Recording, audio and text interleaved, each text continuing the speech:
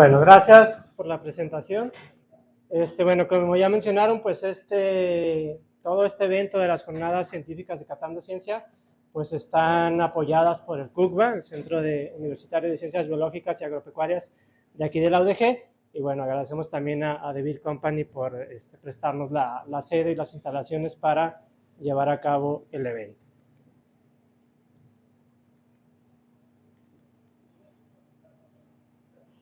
Bueno, el tema del que les vamos a hablar el día de hoy es organismos genéticamente modificados, héroes o villanos. Ya, gracias por la presentación que hizo la doctora Julia. Un poco de spoiler, en realidad en esta plática yo no les voy a decir si los organismos modificados genéticamente son héroes o villanos, si son buenos, si son malos. El objetivo más bien de esta plática es darles las bases científicas para que cada quien se forme una idea y una opinión y pueda decidir de manera personal si los organismos genéticamente modificados pueden llegar en un momento a ser héroes o villanos, a ser buenos o a ser malos, ¿sí? Pero la idea no es decirles, ¿saben qué? No, rechazo a los OGMs o todos a favor de los OGMs, no. La idea es que cada quien se forme una opinión, pero una opinión fundamentada con bases científicas. Bueno, para empezar a hablar un poquito de esto, sería importante recordar o a ver qué tanto se acuerdan de sus clases de biología de la secundaria, de la prepa, para saber qué es un gen. Si hacemos un poquito de memoria, pues recordaremos que un gen es básicamente un pedazo de ADN. Acuérdense que los seres humanos y todos los seres vivos tenemos en cada una de nuestras células varios cromosomas, dependiendo de la especie a la que pertenezcamos, tendremos cierto número de cromosomas, y esos cromosomas pues no son otra cosa más que moléculas gigantescas de ADN. Cada cierta porción de ese ADN pues es un gen, que es un paquete de información, un paquete que lleva la información para alguna característica del organismo. Cada gen contiene entonces cierta información sobre alguna característica. ¿Para qué van a servir esos genes? Las células los van a tomar, los van a transcribir, es decir, van a hacer copias moleculares de esos genes, y a partir de esas copias van a fabricar proteínas. En pocas palabras y a resumidas cuentas, un gen sirve para fabricar proteínas. Esto es más complejo, pero bueno, ahorita para no entrar mucho en detalle, podríamos generalizarlo así. Un gen sirve para fabricar alguna proteína. Para poner un ejemplo, en una planta, por ejemplo, pues va a haber un gen que codifique para el color de las flores de esa planta. ¿Qué va a pasar? Pues que las células de esa planta van a tomar ese gen y lo van a usar para fabricar proteínas, que a su vez esas proteínas van a producir pigmentos de algún color. ¿De qué color? Pues depende de la información que esté contenida en ese gen. Por eso hay plantas que tienen flores púrpuras, flores amarillas, flores rojas, etcétera. Incluso dentro de una misma especie, pues puede haber flores de diferente color, porque habrá versiones del mismo gen que tengan diferente información. Cierto color, amarillo, rojo, rosa, etc. ¿Sí? Bueno, una vez recordado qué es un gen, ahora sí podemos entender qué es un OGM, un organismo genéticamente modificado. Es cualquier ser vivo al que se le han eliminado, editado o transferido uno o más genes de origen externo mediante técnicas de ingeniería genética. Aquí me quiero detener en un par de cosas. Antiguamente relacionábamos más organismo genéticamente modificado con transgénico, lo usábamos como sinónimo. Un transgénico es un tipo de OGM, pero hay más tipos de OGMs. Un transgénico es, como este ejemplo que vemos aquí en la imagen, cualquier organismo, por ejemplo una planta de maíz, al que se le introduce uno o más genes de un origen externo, ya sea de otra planta, de un hongo, de un animal, de una bacteria, etc. Eso sería un transgénico. Pero si hablamos de OGMs en general, puede ser que no le estemos metiendo un gen, a lo mejor se lo estamos eliminando, o a lo mejor se lo estamos modificando, editando, y sería un OGM sin necesariamente ser un transgénico. Y la otra cosa que me quiero detener es que en esta definición se hace hincapié en que esto es mediante técnicas de ingeniería genética. Esto quédenselo por ahí, porque más adelante vamos a retomar esto y van a entender por qué me estoy deteniendo en que es mediante técnicas de ingeniería genética. La siguiente pregunta que nos podríamos hacer es si los OGM son algo nuevo o qué tan antiguos son. Estrictamente hablando, podemos decir que no son nada nuevos. Si yo les enseñara, por ejemplo, o más bien, si ustedes fueran a un mercado o a un súper a comprar fresas y se encontraran con esto, pues probablemente mentarían madres y dirían que fraude es eso, que esas no son fresas, ¿verdad? ¿Por qué? Pues por el tamaño y por la apariencia. Y ciertamente estarían en lo cierto porque pues estas no son fresas. Estas son parientes silvestres de la fresa actual, de la fresa que consumimos actualmente, Fragaria virginiana y Fragaria quilensis, que son parientes silvestres, pertenecen al mismo género, pero no son fresa como la conocemos actualmente y como la consumimos. En algún momento de la historia, hace ya varios años, muchos años, algunos siglos, a alguien se le ocurrió cruzar estas dos especies, hacer una cruza, reproducirlas entre ellas, y el resultado fue pues lo que conocemos actualmente como fresa, que se convirtió en una nueva especie, Fragaria ananasa, que es la fresa que consumimos actualmente. Entonces la fresa es un híbrido de especies ancestrales. Esto no es raro. De hecho, la mayoría de los productos vegetales que consumimos, hortalizas, frutos, etcétera, son híbridos resultados de las cruzas de especies ancestrales. ¿Cuándo se llevó a cabo esto? Este caso en particular de la fresa, pues a finales del siglo XVIII, 1750, estamos hablando de hace casi 300 años. ¿Esto es un OGM? Sí. ¿Por qué? Porque aquí están combinados dos cargas genéticas de dos especies diferentes. Esto es posible hacerlo en plantas, porque son mucho más plásticas que los animales. En animales difícilmente se podrán cruzar organismos de diferente especie. Puede llegarse a suceder como con la mula, que es producto de un caballo, y un burro y una yegua, pero es infértil. En las plantas esto es mucho más factible, cruzar especies diferentes, sí tienen que estar emparentadas genéticamente, pero se puede dar un híbrido y ese híbrido puede ser perfectamente fértil y dar semillas viables, etc. Entonces, ese es un ejemplo. Como les digo, no es algo raro. La mayoría de lo que consumimos actualmente es el resultado de hibridaciones, de cruzas. Si la vida no te da limones, pues créalos. La mayoría de los cítricos que consumimos en la actualidad, limones, naranjas dulces, toronjas, etcétera, no existían como tal, como especies, sino que se han ido formando a lo largo de los años por medio de cruzas. Para poner un ejemplo, aquí tienen 3 especies silvestres de cítricos, Citrus micrantha, que no, ninguno de ellos es, bueno, un poquito la naranja agria sí, pero los demás no son comerciales, no son consumibles. Vean Citrus micrantha, Citrus medica y Citrus aurantium, que es la naranja agria. Vean cómo tienen, o se les alcanza a ver una piel muy gruesa, muy rugosa, casi no tienen jugo, no sirven para consumir. Pero, por ejemplo, de la cruza entre Citrus micrantha y Citrus medica, pues se dio hace muchos años como resultado Citrus aurantifolia, que se le conoce ahora, que es el limón mexicano, el limón agrio, que es el que consumimos todos los mexicanos, y de la cruza entre Citrus medica y Citrus aurantium dio origen a el Citrus limón, limón amarillo, que es el más grande, el más amarillo, menos agrio, que consumen sobre todo en Estados Unidos. Entonces, bueno, otro ejemplo de que pues son organismos genéticamente modificados, ¿sí? Entonces no es nada nuevo. Bueno, ¿cómo se crea un OGM? Pues si estamos diciendo que hay varios tipos de OGM, obviamente la forma de crearlos pues va a depender del tipo de OGM que sea. Este diagrama que vemos aquí se refiere específicamente a los transgénicos. ¿Cómo se crea un transgénico? Siguiendo a muy grandes rasgos esta serie de pasos que se ve aquí. Lo primero es identificar el gen. Si estamos hablando de un transgénico, pues vamos a meterle un gen a una especie. Entonces, primero es identificar cuál es el gen que le queremos introducir y buscar en qué organismo se puede encontrar ese gen, si es en una planta, en un virus, en una bacteria, etcétera. Una vez que se identifica ese gen, se tiene que aislar, se tiene que separar.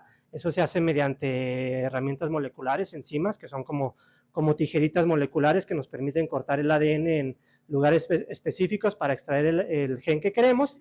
Una vez que tenemos aislado el gen, hay que meterlo a las células del organismo que queremos modificar, que queremos transformar. En este ejemplo es una planta. ¿Cómo se hace esa inserción del gen a las células del organismo que queremos modificar? también va a variar mucho, va a depender en primera del organismo que estemos modificando, si es una planta, si es un animal, una bacteria, e incluso dentro del mismo grupo de organismos puede haber diferentes técnicas. Pero bueno, la idea es meter el gen en por lo menos una o en algunas células del organismo que queremos modificar, para posteriormente, a partir de esas células que ya llevan el gen externo, cultivarlas y someterlas a ciertas señales para que a partir de esas células individuales se desarrollen organismos completos. En este ejemplo que está aquí es una planta. Como toda esta planta proviene a partir de una única célula a la cual se le transfirió un gen, absolutamente todas las células de esta planta van a llevar ese gen externo, y entonces estaríamos hablando de una planta o de un cultivo transgénico específicamente en este caso, pero en términos generales de un OGM, ¿sí? Bueno, como les decía, hay otras formas de hacer modificación genética. El caso que vimos ahorita eran transgénicos, pero no es el único, hay algunas otras formas. Una ya la mencionamos, que son las cruzas tradicionales, ¿verdad? Que es lo que ya dijimos, se combinan las características deseables de dos plantas, porque es mucho más fácil hacerlo en plantas, ya lo mencionamos, para crear una nueva variedad mejorada. Ya mencionamos que así se han creado la mayoría de los cítricos, la fresa actual, algunas variedades de manzanas y muchas otras especies vegetales que consumimos en la actualidad.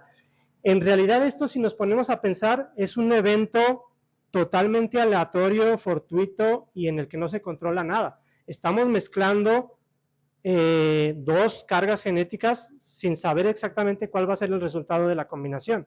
Es como, hay una anécdota muy famosa que en realidad no hay ninguna evidencia de que haya sucedido, pero se ha transmitido de generación en generación, es muy famosa, que alguna vez se encontró Isadora Duncan, una bailarina muy hermosa, muy bella, se encontró en una reunión con Albert Einstein y le dijo, usted y yo deberíamos tener un hijo, imagíneselo con mi belleza y su cerebro.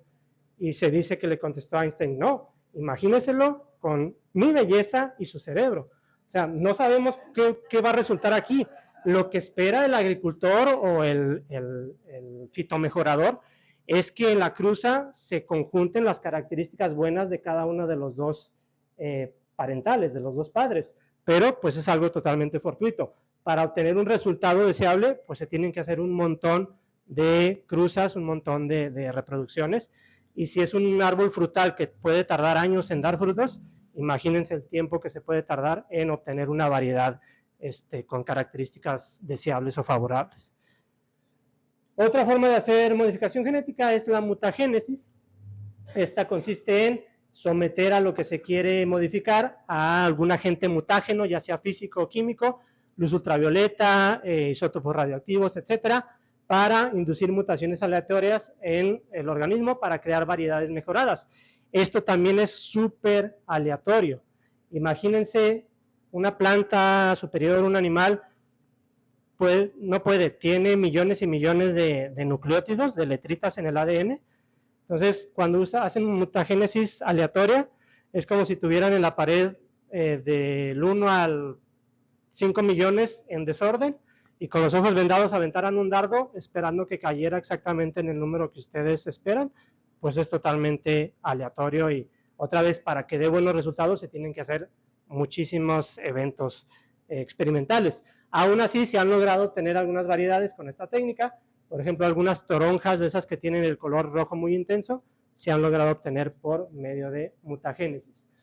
Estas dos técnicas, como hemos visto, no son nada controlables, o sea, no controlamos para nada lo que estamos modificando.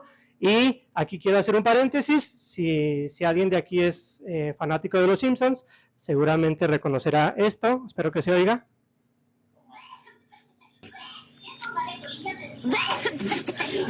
Esto sabe a colillas de cigarro. Qué extraño. Por fuera parece un tomate y por dentro es café. Tal vez las semillas de tomate se mezclaron con las de tabaco. Ahora resulta que tengo un campo de mutantes. Dame, quiero más. ¿No dijiste que sabía horrible? Es cierto. Pero es ligero y suave. Es refrescantemente adictivo.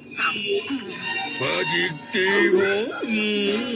Bueno, Aquí se ilustra un poquito las dos técnicas que ya mencionamos, cruzas tradicionales, ¿verdad? Ahí dice Lisa que se cruzaron las semillas de tomate y de tabaco, pero también mutagénesis, no se ve aquí en este clip, pero un poquito antes en el capítulo se ve que Homero mezcla ahí las semillas con plutonio radioactivo, pues también está ahí la mutagénesis representada.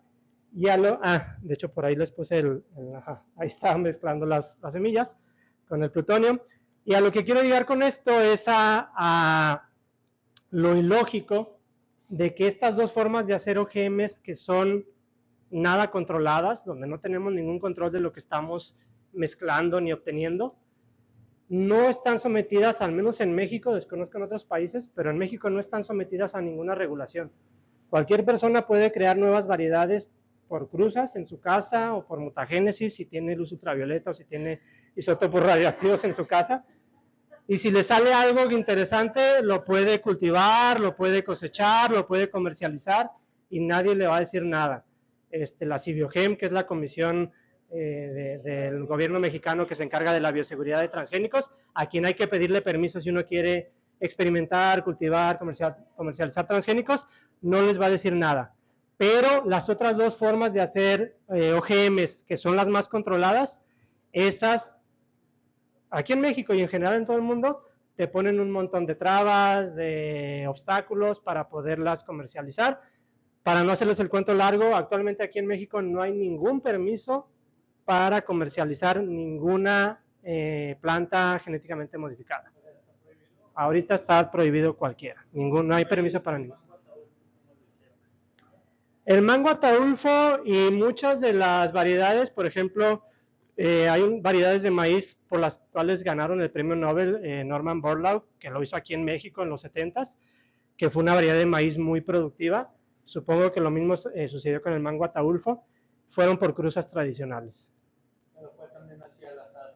Sí, o sea, hacer un montón de cruzas, analizarlas para ver cuáles eran las que tenían las características deseables y resembrar esas. Sí, básicamente. Bueno, la otra técnica son los transgénicos, que ya más o menos la explicamos hace ratito, y la más actual, la más precisa, es la edición genética por medio de CRISPR-Cas9. CRISPR-Cas9 es una serie de enzimas, de herramientas moleculares que se han obtenido a partir de ciertos virus, que nos permiten de manera muy precisa localizar un nucleótido, una letrita de los millones que tiene un organismo, y específicamente en esa letra eliminarla, modificarla, añadirle algo, o sea, es lo más preciso que existe en la actualidad. Se han logrado grandes avances con esta técnica, pero a pesar de ser tan precisa, está sometida a las mismas trabas y a los mismos requisitos que un transgénico. Entonces, bueno, son las ironías de los gobiernos con relación a la ciencia en México y en muchos otros países. Bueno, ya que entendimos más o menos qué son, cómo se crean los OGMs, ¿para qué se crean? No se crean nada más como una curiosidad y para ver, a ver qué sale, no. Se crean con algún objetivo específico. ¿Qué objetivos se pueden perseguir o qué se puede pretender con un OGM? Pues hay muchos, ¿verdad? Si se fijan, hago un poco más hincapié en plantas porque es donde tengo más experiencia, pero bueno, también vamos a mencionar algunos otros ejemplos. En plantas, por ejemplo, se pueden hacer OGMs para que resistan el ataque de insectos, para que no sean devoradas por insectos, o para que resistan enfermedades bacterianas, de hongos, virales, etcétera, para que sean tolerantes a la acción de algunos herbicidas, para que tengan una mayor vida de anaquel, que puedan durar más tiempo en los estantes sin que se echen a perder, para que tengan una mejor composición química, que sean más nutritivas, que tengan más de cierta vitamina, más de cierto nutrimento, etcétera. Y en otros organismos, diferentes a plantas, por ejemplo, para que tengan crecimiento acelerado.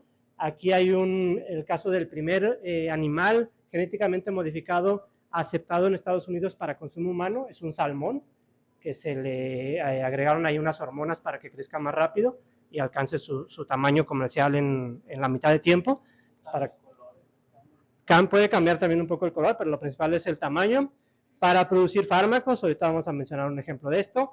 Para algunas innovaciones médicas, esto es bien interesante, también vamos a mencionar ahorita un ejemplo, y en el que me voy a detener un poquito más, porque tiene que ver justamente con la cerveza, que es pues todo este ambiente que estamos, es para mejorar procesos industriales, por ejemplo, la producción de cerveza. Bueno, vamos a empezar con los ejemplos. Para resistencia a insectos en plantas hay muchos ejemplos, uno de los más conocidos son los cultivos BT, hay muchos cultivos BT, entre ellos el maíz. BT son por las iniciales de esta bacteria, Bacillus thuringiensis. ¿Por qué? Porque de esta bacteria se extrajo un gen que produce una proteína que es tóxica para los insectos. ¿Qué se hizo entonces? De esa bacteria se aisló ese gen, se metió en algunas plantas como el maíz, de manera que, en pocas palabras, el maíz está produciendo su propio insecticida. Cuando llega una plaga del maíz como el taladro, que es la oruga más, la plaga más fuerte del maíz, esta oruga, y se empieza a comer cualquier parte de la planta del maíz, pues se va a estar comiendo esa toxina que produce el gen BT y va a morir. Es como si estuviera produciendo su propio insecticida. Esto se ve muy bien.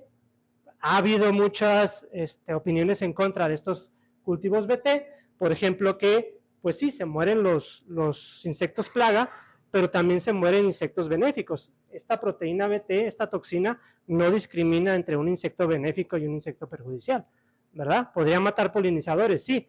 La cosa es que un polinizador difícilmente se va a alimentar de la planta. Un polinizador va a llegar a absorber el néctar, se va a llenar de polen y va a ir a otra planta, no se va a comer las hojas. Entonces, bueno, aunque en principio sí puede afectar a otros insectos, mientras no se coman a la planta, pues no tendría por qué ser perjudicial para ellos. Otro ejemplo que mencionamos, crear plantas que toleren el ataque de algunos herbicidas, pues aquí es muy controversial este ejemplo, ¿verdad? Probablemente muchos o todos de ustedes hayan oído hablar de Monsanto. Monsanto era una empresa, ya no existe, ya la compró Bayer en 2018, pero bueno, Monsanto era una empresa muy controversial porque tenía ciertamente prácticas muy poco éticas, pero bueno, dentro de sus productos estrella estaba este herbicida Roundup Ready, que te lo vendía Monsanto y te decía, bueno, tú agricultor, si aplicas este herbicida, pues te va a matar a todas las malezas y a las malas hierbas que estén ahí quitándole recursos a tu cultivo. Sí, efectivamente, mataba las malezas, pero si tú estabas sembrando soya o alguna otra cosa, pues también te la iba a matar. Entonces Monsanto te decía, ah, bueno, ¿no quieres que se muera tu cultivo? Pues cómprame mis semillas genéticamente modificadas de soya, que son resistentes, que le metí un gen extraído de esta bacteria, Agrobacterium, que las hace resistentes al herbicida, al Roundup. Entonces te vendo la solución que te va a traer un problema, pero también te vendo la solución a ese nuevo problema. Y así pues se van a morir tus malezas, pero tu cultivo va a sobrevivir. Ya desde ahí podríamos decir que es un poco controversial o no tan ético, pero la cosa no paraba ahí. Si tú como agricultor decías, bueno, no, a mí no me interesa comprarle a Monsanto, yo voy a cultivar mis semillas de siempre, pero el agricultor vecino de al lado sembraba de Monsanto y por el aire te cayó una semilla o polen y polinizó tus plantas, y un día llegaba Monsanto y tomaba muestras de tus plantas y las analizaba y demostraba que en tu parcela había genes propiedad privada porque los patentaban de ellos, te demandaba y pues te podía llevar a la quiebra. En 2018 la compró Bayer, no sé qué haya pasado con esas demandas, sé que Bayer mantuvo las marcas registradas, los nombres de los productos de Monsanto, pero no sé si siga con las mismas prácticas poco éticas de Monsanto. Bueno, otro ejemplo con plantas para mejorar la composición química, también lo mencionamos, para esta aplicación un ejemplo muy conocido es el del arroz dorado. El arroz dorado es una variedad de arroz que se le llama así justamente por el color que toma ese color porque se modificó, se transformó con un gen extraído de esta plantita del narciso, que es una planta que da flores amarillas, y da flores amarillas porque produce carotenoides, que son los pigmentos que dan esas coloraciones. Entonces se extrajo el gen que produce esos pigmentos, se introdujo en el maíz, en el arroz, perdón, el arroz tomó esa coloración, de ahí el nombre de arroz dorado, y la idea es que este arroz produzca grandes cantidades de beta-caroteno. El beta-caroteno es un precursor de la vitamina A, y justamente pues la idea de esto es distribuir ese maíz en zonas del planeta en donde la deficiencia de vitamina A está muy, muy fuerte.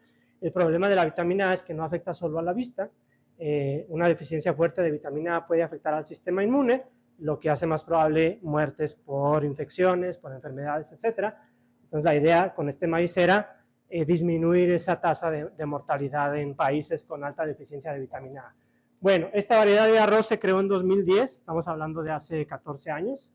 Hasta la fecha no se ha logrado comercializar ni distribuir en ningún país. ¿Por qué? Por presiones de grupos ambientalistas, entiéndase Greenpeace, que pues es un grupo ambientalista que en el papel o en principio tiene fines muy altruistas, pero bueno, ya sabemos que muchas veces estos grupos se desvían por cuestiones políticas y terminan con otros objetivos totalmente diferentes. Entonces no han permitido que ningún país se comercialice. En 2016, más de 100 científicos premios Nobel escribieron y firmaron una carta solicitándole a Greenpeace que le bajara 2 rayitas a su rechazo para que se permitiera el uso del arroz dorado. No se ha logrado hasta ahorita, ha habido varios intentos en Filipinas, en otros países, pero hasta ahorita no se ha conseguido que se produzca y que se use este arroz dorado. Bueno, ya dejando un poquito de lado las plantas, producción de fármacos, también lo mencionamos como otro ejemplo. El caso más conocido en esta aplicación es la producción de insulina humana. Como saben, pues actualmente en el mundo hay millones de personas diabéticas que requieren dosis diarias de insulina. Tiene que ser insulina humana porque si no habría un rechazo. Entonces imagínense, para generar las cantidades de insulina humana que requieren todas esas personas diabéticas, pues no se puede hacer directamente de otros humanos porque sería inviable. Entonces lo que se ha hecho es, a partir de células humanas, se ha aislado el gen que produce la insulina humana, y se ha metido en bacterias, en plásmidos que son como microcromosomas de bacterias, se ha metido ahí. Entonces esta bacteria está genéticamente modificada con el gen de la insulina humana, esa bacteria se pone a crecer como si se estuviera cosechando, se ordeña literalmente para extraer la insulina humana, se purifica, se procesa y se embotella. De hecho, si ustedes ven la humulina, que es el nombre comercial, ahí dice insulina humana de origen de DNA recombinante. Recombinante es prácticamente un sinónimo de transgénico. Entonces, bueno, aquí se ve así muy facilito, como en cajas de Petri. Obviamente, para producir la cantidad de insulina que se requiere, no se hacen cajitas de Petri, se hacen fermentadores, más o menos como se produce una cerveza. Simplemente, en vez de tener levaduras aquí, pues tenemos las bacterias genéticamente modificadas, y en vez de tener mosto, pues tenemos el medio de cultivo para alimentar a la bacteria, pero está produciendo la insulina, se cosecha, se purifica, etc. Curiosamente, en este caso, no hay ningún grupo ambientalista ni Greenpeace que diga no produzcan insulina humana en bacterias transgénicas. Ahí nadie le pone ningún pero y todo está perfecto. Bueno, y el siguiente ejemplo es de lo más, de las aplicaciones más actuales, más controversiales, pero con mayor potencial a futuro, que se ha logrado con CRISPR-Cas9 justamente. Probablemente hayan escuchado la noticia hace un par de años. Innovaciones médicas, los genotransplantes. Hace un par de años se hizo el primer trasplante de un corazón de cerdo a humano. Esto no era posible antes, ¿por qué?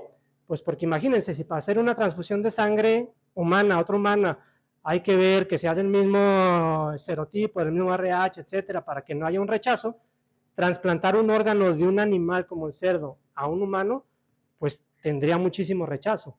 A estos cerdos que se usaron para los trasplantes se les tuvieron que hacer 10 modificaciones, se les modificaron 10 genes para evitar el rechazo en los humanos.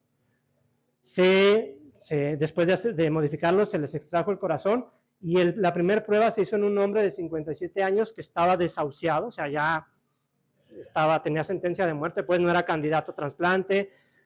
Le dijeron prácticamente, pues te vas a morir, o si quieres probar intento que nunca se ha hecho, pero pues a ver qué pasa. Lo aceptó, se hizo en la Universidad de Maryland el 7 de enero del 2022, falleció 2 meses después, 9 de marzo de 2022, podríamos decir, pues no le funcionó, 2 meses, pues sí, 2 meses, pero vivió más que el receptor del primer trasplante de corazón humano. O sea, el primer trasplante de un humano a otro vivió menos de 2 meses. Entonces, por lo menos para mí, esto es revolucionario, y yo espero que siga habiendo estas experimentaciones para que en un futuro, pues ya los genotransplantes sean algo cotidiano, y si un día cualquiera de nosotros necesita un trasplante de corazón, de hígado o de algo, no tendríamos que estar en una lista de espera que podemos quedar ahí y poderlo tener mucho más a la mano. Entonces, esto es de lo más actual y de lo que le veo más potencial en cuestión de OGMs. Y bueno, ya para entrar ahora sí en el tema que nos compete más, la cerveza, mejoras en procesos industriales, ahí no está excluido el proceso cervecero, se han hecho modificaciones a la levadura cervecera, y para platicarles este ejemplo, para explicarles este ejemplo, les voy a platicar la historia de este señor que está aquí, este nombre, Charles Denby.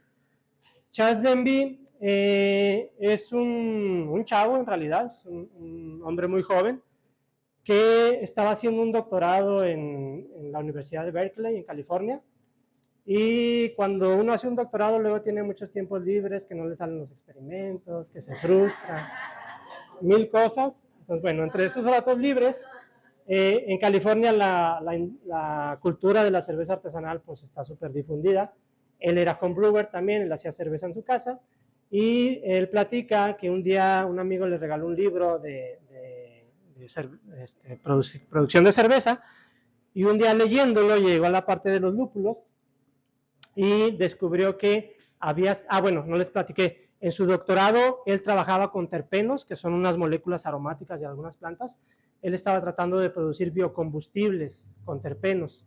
Entonces, leyendo este libro de producción de cerveza, descubrió que había ciertos terpenos que producían los sabores y aromas determinantes de que aporta el lúpulo a la cerveza.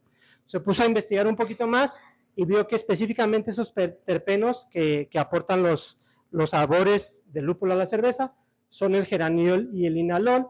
Entonces se le ocurrió, ¿qué tal si busco en qué plantas se encuentran esos genes, los aíslo y se los meto a una levadura cervecera?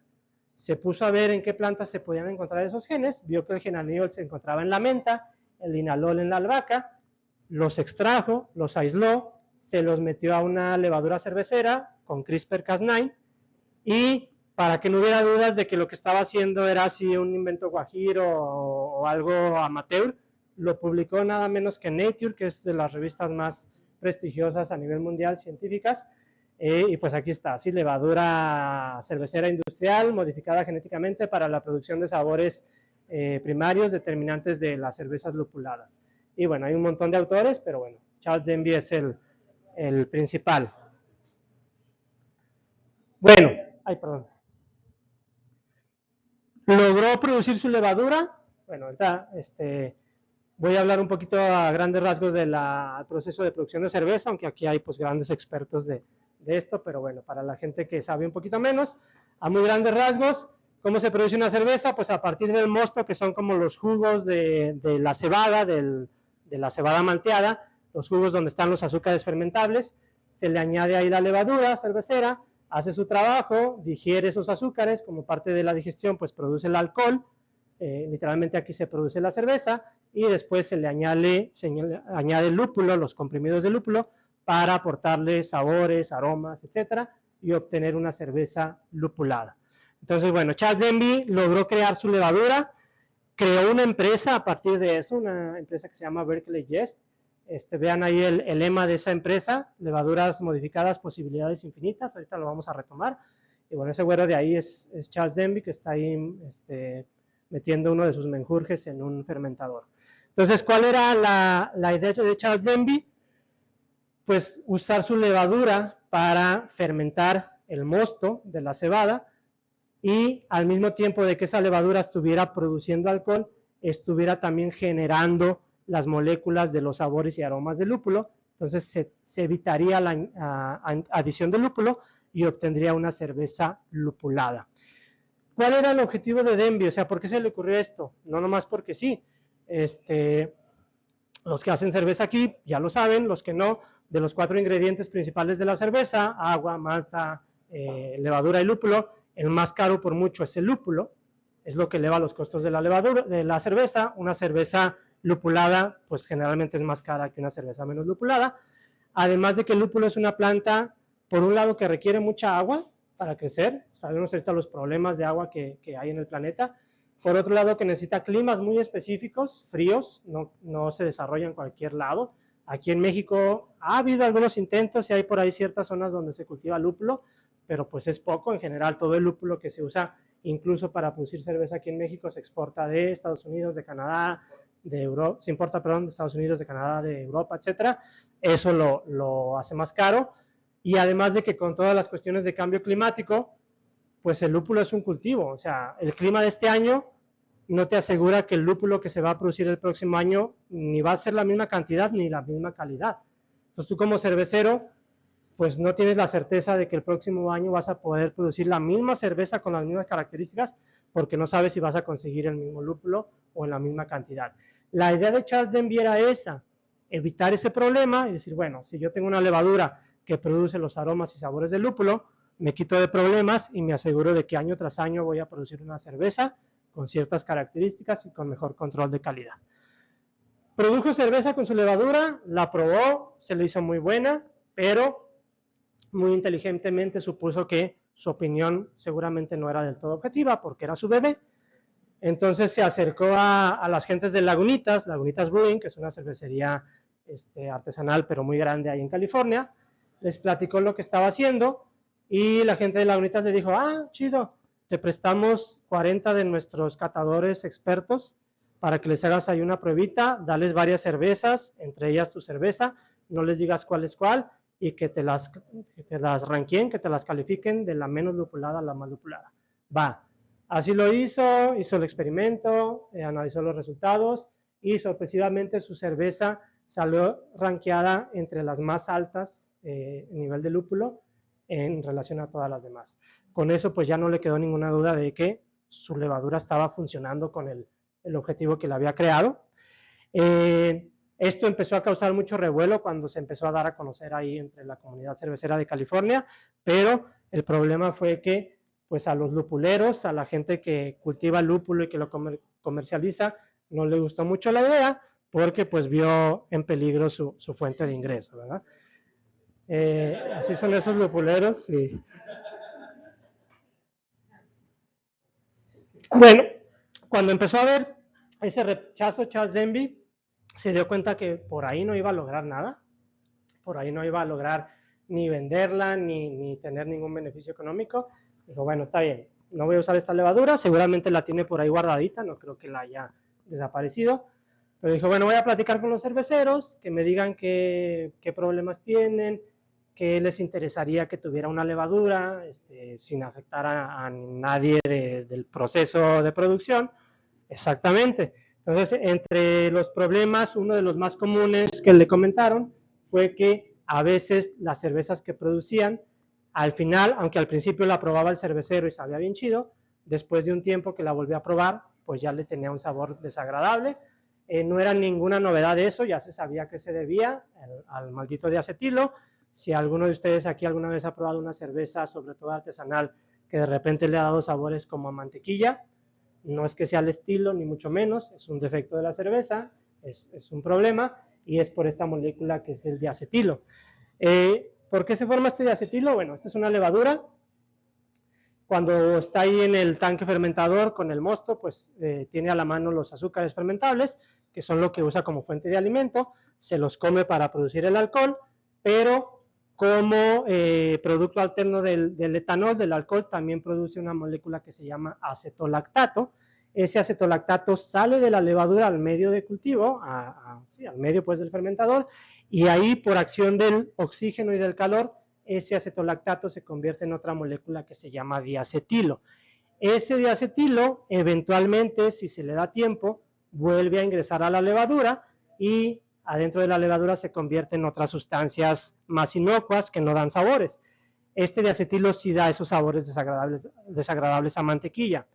El problema, pues, es que este acetolactato se acumula durante la fermentación primaria y si el cervecero no le da el tiempo suficiente, el famoso descanso del diacetilo, para que el diacetilo vuelva a reingresar a la levadura, si la embotella antes de tiempo, entonces la cerveza que se obtiene, pues va a resultar con sabores desagradables a diacetilo, como una Corona, que en realidad no, pues, porque Ya lo comentaba alguna vez, las cervezas industriales generalmente no tienen este problema de diacetilo, tienen muchos otros problemas, pero este no. Pero bueno, da una cerveza con sabores desagradables que no son nada buscados, ni por el público ni por el cervecero. Este fue el problema que le platicaron a Charles Denby. Dijo, bueno, vamos a investigar qué se puede hacer, cómo lo podemos resolver. Encontró una enzima en una bacteria que se llama Acetobacter pasterianus, una enzima, la acetolactato descarboxilasa, que convierte el acetolactato en otras moléculas. Entonces dijo, bueno, ¿qué tal si saco esa enzima, el gen que codifica esa enzima de esa bacteria, se lo meto a la levadura, fabrico cerveza, y la idea es que, pues igual, la levadura va a tener los azúcares de los que se va a alimentar, pero el acetolactato, antes de que salga de la levadura, va a ser tomado por esa enzima que yo le estoy metiendo y lo va a transformar en otras sustancias sin que salgan de la levadura y sin que se conviertan en diacetilo. En pocas palabras, estaba ahorrando este paso, estaba haciendo un atajo aquí para evitarse este paso y para evitar la producción de diacetilo. Sí, de manera que al introducir esa enzima, pues se ahorraba ese problema. El resultado era que se obtenían niveles muy bajos del acetolactato y por lo tanto del diacetilo, y el resultado era una cerveza sin sabores desagradables a diacetilo, una cerveza bien hecha, chida, y lo probó y efectivamente dio resultado. Esta levadura ya no tuvo ningún rechazo por los cerveceros de ahí de California, ya nadie le pareció mal porque no ponía en riesgo la fuente de ingreso de nadie, tuvo buena aceptación y logró comercializarla y logró distribuirla. Ahora bien, el rechazo a los organismos genéticamente modificados varía de un país a otro, en algunos es mucho más pronunciado que en otros. Estados Unidos es en general un país que acepta mucho más los OGMs que México, pero también hay rechazo por cierta parte de la población. Lo chido de esto es que estas levaduras de Charles Denby en general han sido bien aceptadas tanto por los productores pues, artesanales de cerveza como por el público consumidor. Ahí sí ha habido algo de rechazo, pero muy mínimo. Y si se acuerdan del lema de la empresa de Charles Denby, levaduras modificadas, posibilidades infinitas, pues sí, Charles Denby una vez que vio que esto tenía éxito, dijo, bueno, aquí no para esto, yo le puedo hacer otras modificaciones a la levadura para fines específicos. Y así lo ha hecho y lo ha conseguido. Para ponerles un par de ejemplos nada más. Este es de una cervecería de California, Temescal, en específico es la Temescal Fruity Strawberry Berry, que es una Sour Gose. Los cerveceros de aquí ya lo saben, los que no, las Sour Gose son estilos de cerveza con sabores muy ácidos. Generalmente esos sabores ácidos se le otorgan a la cerveza añadiéndoles bacterias acidolácticas que producen ácido láctico, pero el problema es que muchas veces esas bacterias, como productos alternos, además del ácido láctico, producen otras sustancias que dan sabores desagradables. Entonces, Charles Denby produjo una levadura para solucionar eso. Esto está traducido literalmente de la página de esta cervecería para que vean que los cerveceros que le compran y que usan las levaduras de Charles Denby no lo hacen a escondidas, ni por debajo del agua, ni que nadie se entere, lo dicen abiertamente. Usamos una levadura genéticamente modificada de Berkeley Yeast, que produce niveles elevados de acidez, en lugar de acidificar en barril con bacterias, lo que a menudo resulta en sabores desagradables. Se están evitando el uso de bacterias y la posible producción de sabores desagradables, y pueden producir sours, gosés, cervezas ácidas, sin ningún problema, sin ningún riesgo. Y otro ejemplo, este es de una cervecería de Washington, Watts. Esta es una IPA, dice basada en una levadura English Ale muy popular en las NEIPAs. Las NEIPAs son estas cervezas que, bueno, ya no están tan de moda, pues estuvieron de moda hace algunos tiempos, algunos años, que son las IPAs más turbias, con sabores frutales muy, muy intensos. Dice, a partir de una levadura English Ale muy popular en IPAs, Berkeley Yeast creó una levadura que contiene carbono sulfuro liasa, una enzima que libera tioles como el 3-mercaptoxano 1-ol y 4-metil-4-mercaptopentano 2-zona de sus precursores encontrados en los lúpulos. Además de tener nombres impronunciables, estos tioles crean un aroma tropical reminiscente a toronja, maracuyá y guayaba. Esto también está traducido directamente de la página de Watts. Estos tioles son un conjunto también de moléculas aromáticas de frutas tropicales, que son una tendencia ahorita en las cervezas artesanales. Por ejemplo, hay uno muy usado, el Fantas, que por aquí traigo unos ejemplos de cervezas mexicanas que usan Fantas. El Fantas es un polvito que se extrae de las pieles de uvas Sauvignon Blanc, que se importa específicamente de Nueva Zelanda, y que contiene esos tioles que dan aromas y sabores literalmente de frutas tropicales. A veces uno prueba una cerveza y dice, a esto le echaron mango, y no necesariamente, a veces son sabores únicamente producidos por los tioles. Entonces, bueno, imagínense si estos tioles se importan de Nueva Zelanda, obviamente el costo de la cerveza pues se aumenta. Lo que está haciendo Charles Denby con esta levadura es que está usando compuestos que ya están en el mismo lúpulo, y por medio de enzimas está transformando sustancias del lúpulo en esos tioles. Se producen los aromas y sabores de las frutas tropicales, pero sin necesidad de añadirle los tioles externamente, ¿sí? Les digo, aquí lo han usado varias cervecerías, por ejemplo de aquí de Jalisco, Santa Sabina, Zorra, con muy buenos resultados, pero pues sí, son cervezas, ahorita las abrimos, son cervezas un poco más costosas que el promedio en general.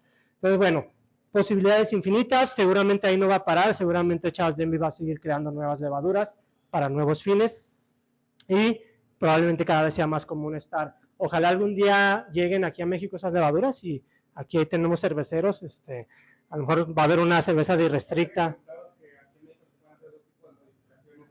¿Por qué no pueden entrar esas levaduras? Creo que él sabe un poquito más de eso, ¿no? El otro día me platicabas. Yo pienso que más que porque estén prohibidas, yo pienso que va más por el lado de que como son, o sea, están registradas en Estados Unidos, como que piensan que liberarlas en México es como que las vamos a dejar libres, y ya sabes que aquí en México hay empresas como Mojecitos, algo que agarran una levadura, la empiezan a propagar y al rato ya la venden ellos. No, yo pienso que va más. Porque, por ejemplo, yo soy de una persona que quise meter la Omega Yeast, y se la quitaron en la aduana, y se la quitaron porque era una levadura que no estaba. Y está prohibido. Sí, también puede ser. Es que ese es un problema. Cuando hablé del ejemplo del maíz BT, les digo, en México actualmente no hay ningún permiso para ningún maíz, para ningún organismo genéticamente modificado, y el maíz mucho menos. Hablar de maíz genéticamente modificado en México es pecado, y te linchan, te exilian en otro país. Sí, la cuestión es que, o el problema es que lo que produce México de maíz ni de chiste alcanza al consumo. O sea, más de la mitad del maíz que se consume en México se importa de otros países, principalmente de Estados Unidos, y en Estados Unidos por supuesto que se produce maíz transgénico. Entonces, aunque aquí no se cultive, todos hemos comido maíz transgénico, incluso pues ya Estados Unidos nos la está haciendo de emoción de que estamos violando las reglas del TEMEC porque no le queremos comprar maíz transgénico, entonces ya nos estamos metiendo ahí en otros problemas. Entonces sí, eso de la levadura supongo que es lo mismo. Entonces, pues habría otra opción que es por debajo del agua, que no es lo más ideal, pero pues en algún momento dado podría suceder. Pero bueno, ya para ir terminando con la plática, para concluir esto, ¿cuál es la percepción que se tiene de los OGMs entonces? Pues la percepción, como ya dijimos hace un ratito, varía mucho de un país a otro. Si vemos en esta tabla, bueno, esta es una encuesta que se hizo hace algunos años en varios países, donde se le preguntaba a la gente qué tan de acuerdo o en desacuerdo está con la siguiente afirmación: nunca comería alimentos genéticamente modificados. Vemos que el promedio a nivel mundial, pues poquito más de la mitad estaba de acuerdo, que nunca comería, y pues menos de la mitad estaban en desacuerdo. Obviamente esto cambia mucho, ¿verdad? De países donde más de 3/4 partes dicen que nunca comerían alimentos genéticamente modificados, como Turquía o Rumania, hasta países donde se invierte un poquito y más o menos nada más la 1/3 parte dice que nunca los comería, Estados Unidos, Gran Bretaña, y México está más o menos allá a la mitad de la tabla, miren.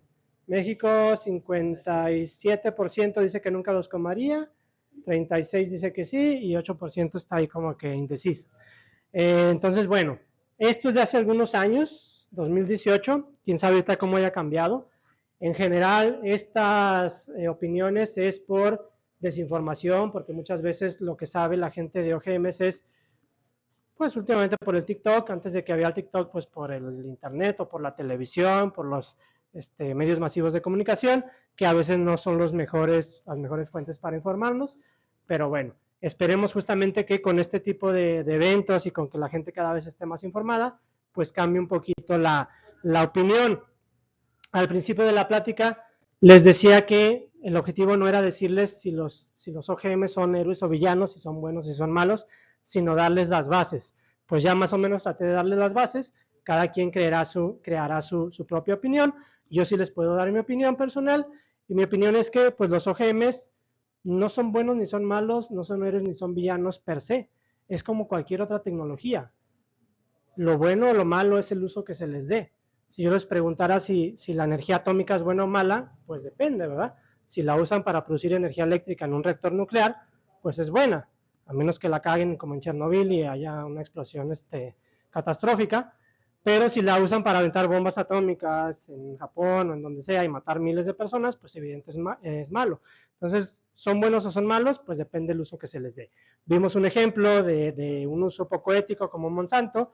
Vimos un ejemplo de que puede tener muy buenos potenciales y muy buenos usos como el arroz dorado que no se ha permitido.